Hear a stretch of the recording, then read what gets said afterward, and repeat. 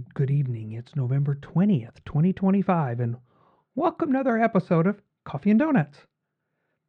As you know, we've created this section on the Dusty Feet to chat about various topics, because many of the folks that I know often hear me say, here's something to ponder, something to think about, and we're probably going to need coffee and donuts to talk about it.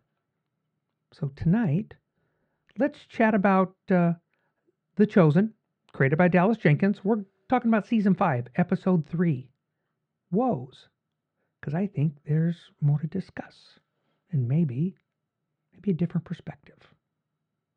Because last Thursday on the Dusty Feet, we had a Sons of the Father episode. We started our discussion of the episode, Woes, and I mentioned that I had a few concerns, and some thoughts, some issues, and I figured it might be better to bring them up for discussion here. So let's open a conversation on The Chosen, Woes. Welcome to Coffee and Donuts on the Dusty Feet. Our hope with the Dusty Feet is to foster discussion and to help build and support communities. If you're not already connected to a community or just want to share and interact, this community has 4 primary ways to interact. 1. TheDustyFeet.com. That's our primary place to find everything. You are always free to comment. 2. Substack. Link is in the description below. It's designed around the written and spoken text. It's a place to connect to ourselves and others. 3. Facebook, at The Dusty Feet. These videos and other videos are also available for comment and discussion. 4. And as always, you're welcome to send an email to bob@thedustyfeet.com. These places, they will be moderated and guidelines will be set to ensure healthy, safe discussion. And as always on the Dusty Feet, this is a place where we can safely explore the endless ways of God and the interconnection of His creation. Belief understandings may be challenged, divine misunderstandings may exist, and traditional teachings might falter as we pursue connection, context, and community with God and each other here in an environment of grace and love. Oh, and of course, before we forget, if you do find these kinds of podcasts useful, please, that's when you click that subscribe button. Those reminders, they just help you. But also, if you think these might be useful to others, that is, do when you click that like button, because that is how YouTube chooses to share these to more people if they wish. Starting, to be fair, The Chosen has never said it was a biblical reaccounting, right? It's always been a storyteller's tale, oftentimes blending the story in Scripture with what-ifs, space around what's going on outside, even between the stories that we read. I really appreciate the holes we fill in thought lines, right, for ourselves and for others, and often the way we were told to fill in these holes and how to view that text. Yet I'm drawn more and more than ever to slow down, stop at times, see what the text says, and then being careful to ask, is what I think I know, does that fit in with the, well, as Paul Harvey coined, the rest of the story? Then we want to add to that when folks choose to, and I tend to like what the story does not say, right? And I wonder about it. But I need to be sure not to step on the story and possibly even unintentionally drift from what it actually does say. So here's where I felt this episode drifted towards a few different things at times, and it's wrapped around the temple courtyard scene. It's the scene where Jesus comes in, cleans house, and where he overturns the money changers' tables. Yeah, because I think we need to really be aware of it in the context of the when we are, right? These are the days leading up to Passover, and if we're not aware of what was included in or involved in the Passover, I think it can cause us, and I'm going to use the phrase here again, unintentionally, to maybe view the story in a way that differs from the at least expected understanding for the original audience. Because remember, we are not the original intended audience. As nice as we like to say the Bible belongs to us, I tend to lean towards the more, it's not written to us, as in the actual author and who they're actually writing to, those people. Remember, this wasn't designed to be published on a bookstore, but it was written for us. Because this is where we get to enjoy looking at somebody else's story. In this case, it's something shared with somebody else, and we're just privileged enough to look inside to see what was shared with them. Yeah, this particular author's. I'm not convinced that any of the biblical authors understood that what they were writing would be for an audience literally thousands of years in the future.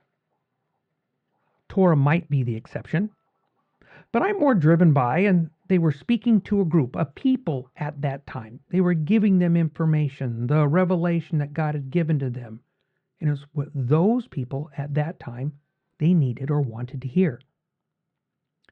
Because if we tend to look at particular text and then we try to think it's only future based, then the people who are reading it, this is then going to say this is gibberish. They're going to look at it and go, it's a waste of my time because none of this applies to me. It applies to something or somebody 1,000 years in the future. So I'll just go along my merry way. And I think if we adopt that kind of thinking, I think we stepped into an area that's a very slippery slope, and I think we should proceed really with caution. So again, back to the story. We're looking at the Passover and what was expected, what was, for lack of a better term, really the routine, the part of the Feast of Passover, the remembrance of Passover. So part of it, we kind of need to take a quick peek back at the original words on this remembrance, how it's supposed to happen. Because in this particular part, we kind of still have two parts. We have one where we get a detail of the original event, and then what to remember and do.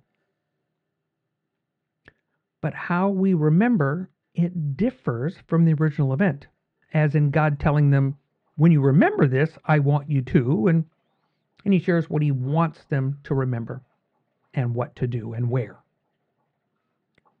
Because we need to remember that over thousands of years since this, and through the remembrance sharing, right, we've developed some traditions, we've developed some customs, and the way we tend to view Passover. I'm not against those things. Those things we've come to embrace. Many of them are beautiful. Just wait till you get the next Chosen episode.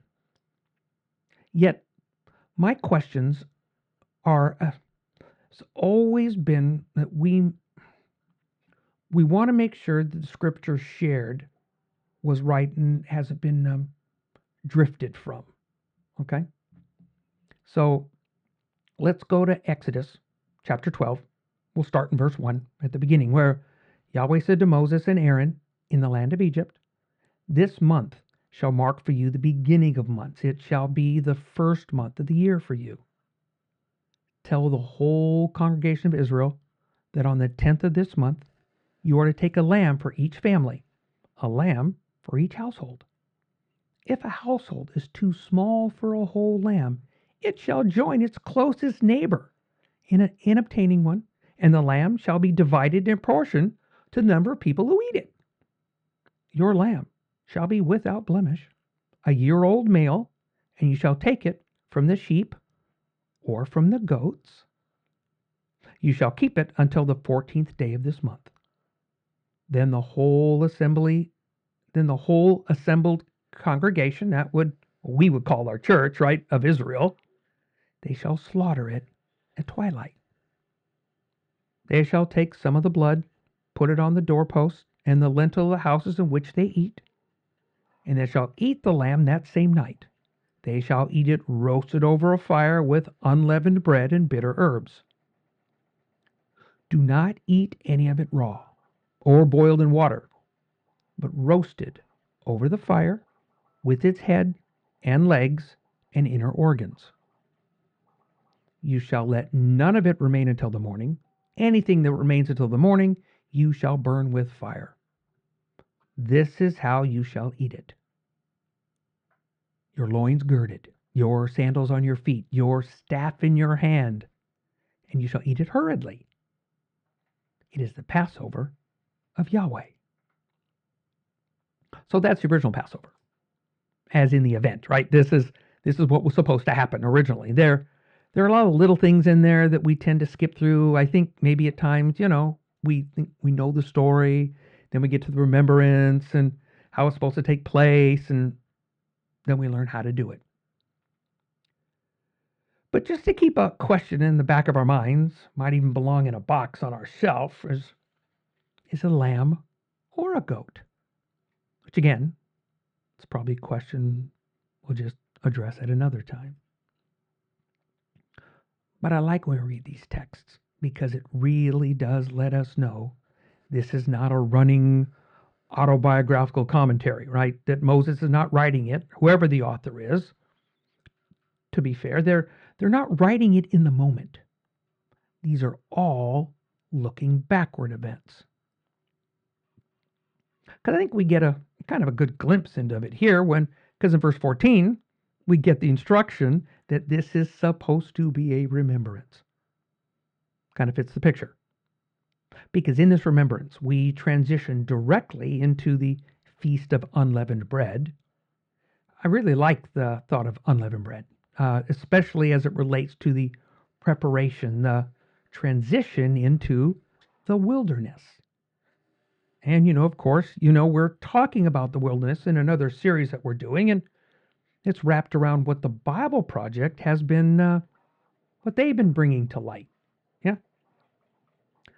So we get down to verse 21, where Moses gives a few more instructions. He's giving them to the elders to pass on to the rest of the people with any reminders to them in this backward look, because they're going to need to remember this. Then Moses called all the elders of Israel and said to them, "Go, select lambs for your families, slaughter the Passover lamb.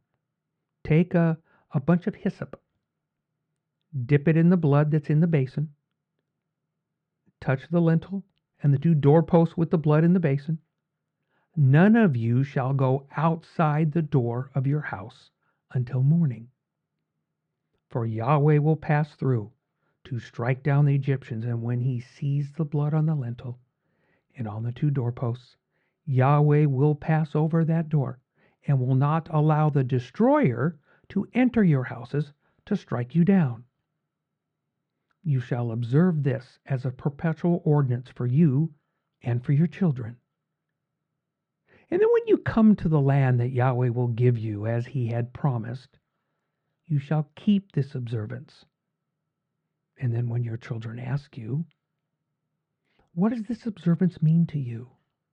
And you shall say, 'It's the Passover sacrifice to Yahweh, for he passed over the houses of the Israelites in Egypt when he struck down the Egyptians, but spared our houses.' And the people bowed down and worshipped." So in the context of the original event, we see the differences between it and the remembrances, right? Because now and there we have no blood on the doorpost. It's at the place that God puts his name. If you dig in further, there are a few more things. I think you enjoy that dig for sure. Just enjoy it. But we're just going to cover the remembrance that's mentioned in Deuteronomy 16. This makes it easy. So 16, verse 1. Observe the month of Abib by keeping the Passover to Yahweh your God. For in the month of Abib, Yahweh your God brought you out of Egypt by night. You shall offer the Passover sacrifice to Yahweh your God from the flock and from the herd, at the place that Yahweh will choose as a dwelling for his name. You must not eat it with anything leavened. For 7 days you shall eat unleavened bread with it, the bread of affliction, because you came out of the land of Egypt in great haste, so that all the days of your life you may remember the day of your departure from the land of Egypt. No leaven shall be seen with you in all your territory for 7 days, and none of the meat that you slaughter on the evening of the first day shall remain until morning. You are not permitted to offer the Passover sacrifice within any of your towns that Yahweh your God is giving you, but at the place Yahweh your God will choose as a dwelling for his name. Only there shall you offer the Passover sacrifice. In the evening, at sunset, because that's the time of day when you departed from Egypt. You shall cook it, eat it in the place that Yahweh your God will choose, and the next morning you can go back to your tents. For 6 days you shall continue to eat unleavened bread. And on the seventh day there will be a solemn assembly for the Yahweh your God. And you shall do no work. Seventh day of rest. I think we've got the echo from that somewhere. Ponder that. So now we know what Passover is, what's needed for it. We can take a look at how this whole money changer thing evolved into what it became in Jesus' time. Yeah, because it actually does mention the purchasing of animals for tithes and sacrifices, but that's found in Deuteronomy chapter 14. And let's go there. It's verses 22 through 26. That's what we're going to talk about. So be prepared. Set apart a tithe of all the yield of your seed that is brought early from the field, in the presence of Yahweh your God, in the place that he will choose as a dwelling for his name. And you shall eat the tithe of your grain, your wine, your oil, as well as the firstlings of your herd and flock, that you may learn to fear Yahweh your God always. But if, when Yahweh your God has blessed you, and the distance is so great that you're unable to transport it, because the place where Yahweh your God will choose to set his name is too far away from you, then you may turn it into money, and with the money secure in hand, go to the place that Yahweh your God will choose. Spend the money for whatever you wish: oxen, sheep, wine, strong drink, or whatever you desire. You shall eat there in the presence of Yahweh your God, you and your household rejoicing together. So that permission to take what you had, sell it for money in your hometown, and then travel to the place that God names, well, that practice seems to have expanded as well. Yeah, that's what it seems anyway. So now, in that time, you can just purchase your sacrifice there. It's interesting in the biblical account, Jesus is really not after the people who are purchasing the actual animals. They're not the object of his ire. The problem is the money changers and the traders. It's the guys who are taking your money, converting it from what we know as denarii, right, the Roman currency, and turn it into shekels, because that's the only money that they're going to accept for transactions for God's sacrifice in the temple. But they've turned it into a business. They're making money from it. Jesus, he does not like it. You're allowed to buy the animals. That's not the problem. The problem is the money changers. The business being conducted on church grounds, right? In that solemn temple courtyard, this solemn, important remembrance had become a business transaction. Just another way to make money. Matthew 21, verse 12. Then Jesus entered the temple, drove out all who were selling and buying in the temple, and he overturned the tables of the money changers and the seats of those who sold doves. And he said to them, "It is written, my house will be called a house of prayer, but you're making it a den of robbers." Did you even pause to consider why the dove traders, those sellers, were targets? Right.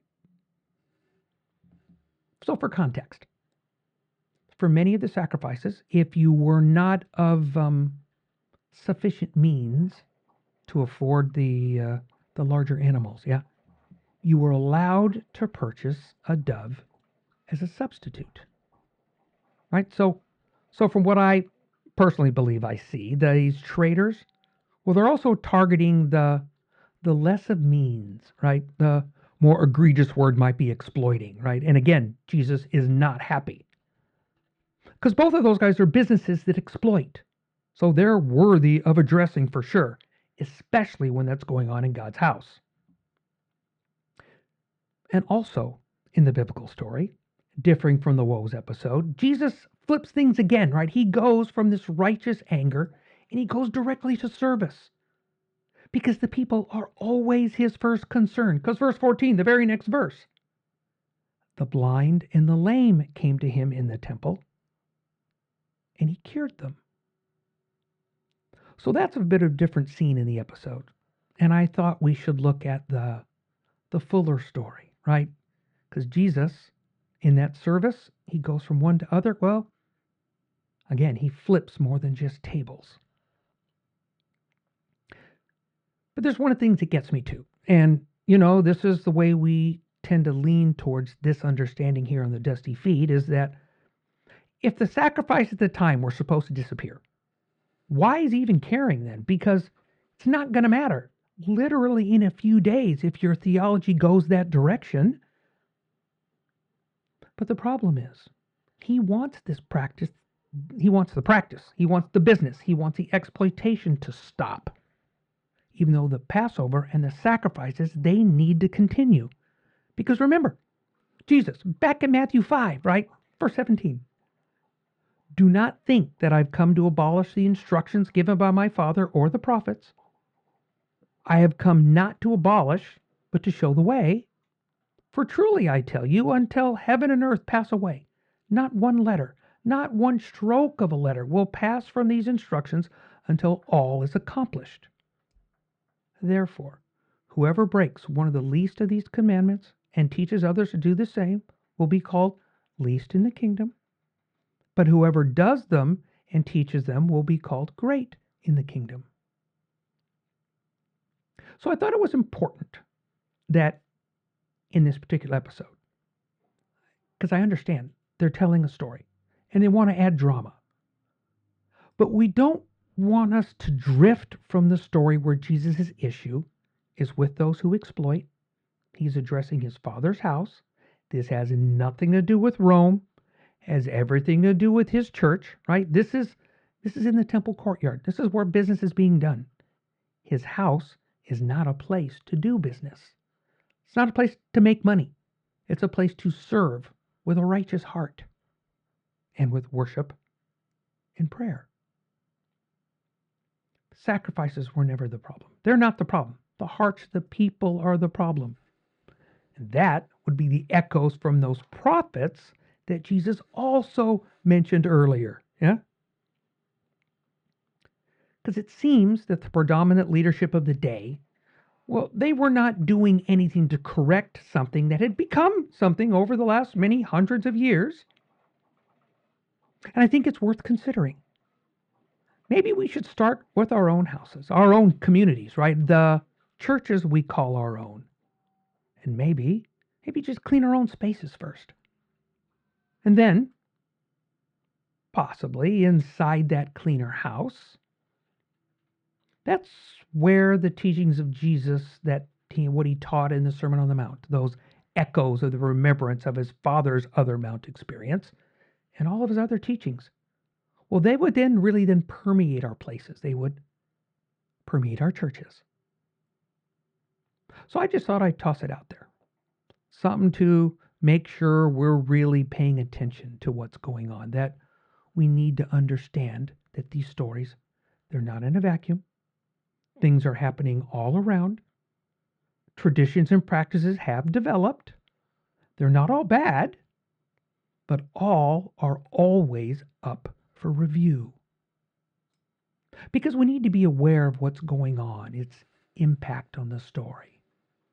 And we have a luxury, the blessing of access to information, translations, stories, any other books to help us understand this, maybe even a little bit better. And, of course, may we enjoy ourselves along this journey. So, thanks for joining us tonight at the Dusty Feet for another Coffee and Donuts. Because the entirety of the story, well, it just contributes to the fullness. And maybe the fulfillment So, shalom, shalom from the Dusty Feet.